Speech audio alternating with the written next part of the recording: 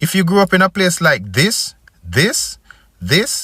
or even this, you were rich. Let me explain. When we were growing up in the Caribbean, we were told one thing over and over. You were poor and the real opportunities are abroad. But what if I told you that this was one of the biggest lies ever told to us? Let me break it down. We weren't just not poor, but we were rich in ways we didn't even realize. And as the years passed, that truth became glaringly obvious.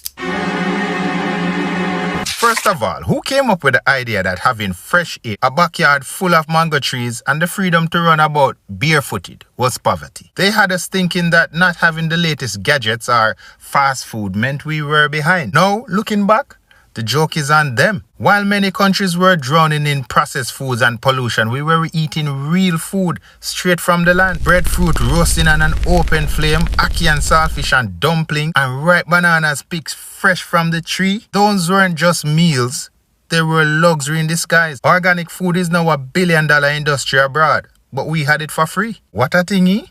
Now let's talk about health. While other nations were struggling with obesity and heart disease from their modern diet, we were running around like track stars, fueled by natural nutrients and sun-kissed fruit. Or, nah, we were living like royalty.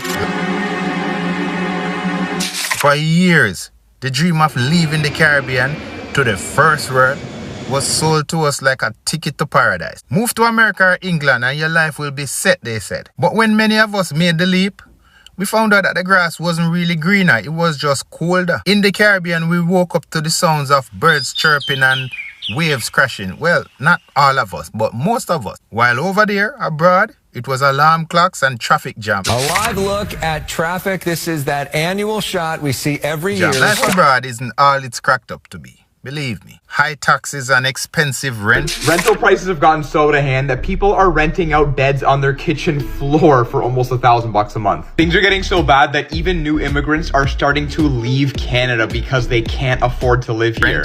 And long winters that have you questioning your life choices. And here's the irony.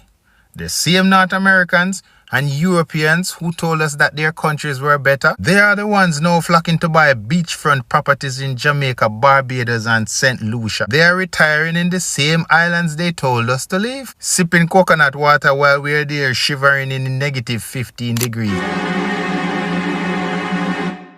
This one stung the most because it made us feel like we had to leave to make something of ourselves. Sure, the Caribbean does have its challenges. Every place does. But what we didn't realize back then was how much potential the region held. And I think a lot of people right now still don't realize. Tourism is one of the biggest industries in the world. And guess what? We're living in the heart of it. People save their entire lives just to afford one vacation to places we call home. We grew up near beaches people would pay thousands just to see. Plus, we are surrounded by a culture that sells itself. And now as global conversations turn towards what they call sustainability and wellness, the Caribbean's natural resources and lifestyle are more valuable than ever. Listen, my friend, we had and still have what the world wants. Authenticity, warmth, and a connection to nature. No, they said we were missing out because we didn't have big theme parks and fancy malls. But ask anyone who grew up in the Caribbean and they will tell you our childhoods were magic. We didn't need video games. We had outdoor adventures. We made kites. I remember making the kites from scraps of paper and bamboo and string. We played cricket in the streets and swam in rivers that seemed endless. We were free, truly free. No screens, no artificial fun. Just pure imagination and connection. Compare that to kids today, glued to their devices, barely stepping outside. If you really grew up in the Caribbean, you'd know the joy of catching guppies in a bottle or tiki-tiki, climbing a tree and picking guinea. Those memories to me are priceless. And no amusement park can ever compete. This one is almost laughable now. The same countries that call us poor are now eyeing our resources, our culture and lifestyle like hawks. Our music, reggae, dancehall, soca has influenced global trends. Our food, oh my gosh, don't even talk about that. They're taking over kitchens worldwide, from jerk chicken to patties. Even our languages, even though so many people don't want to refer to them as languages. Are you crazy? But that's what we speak.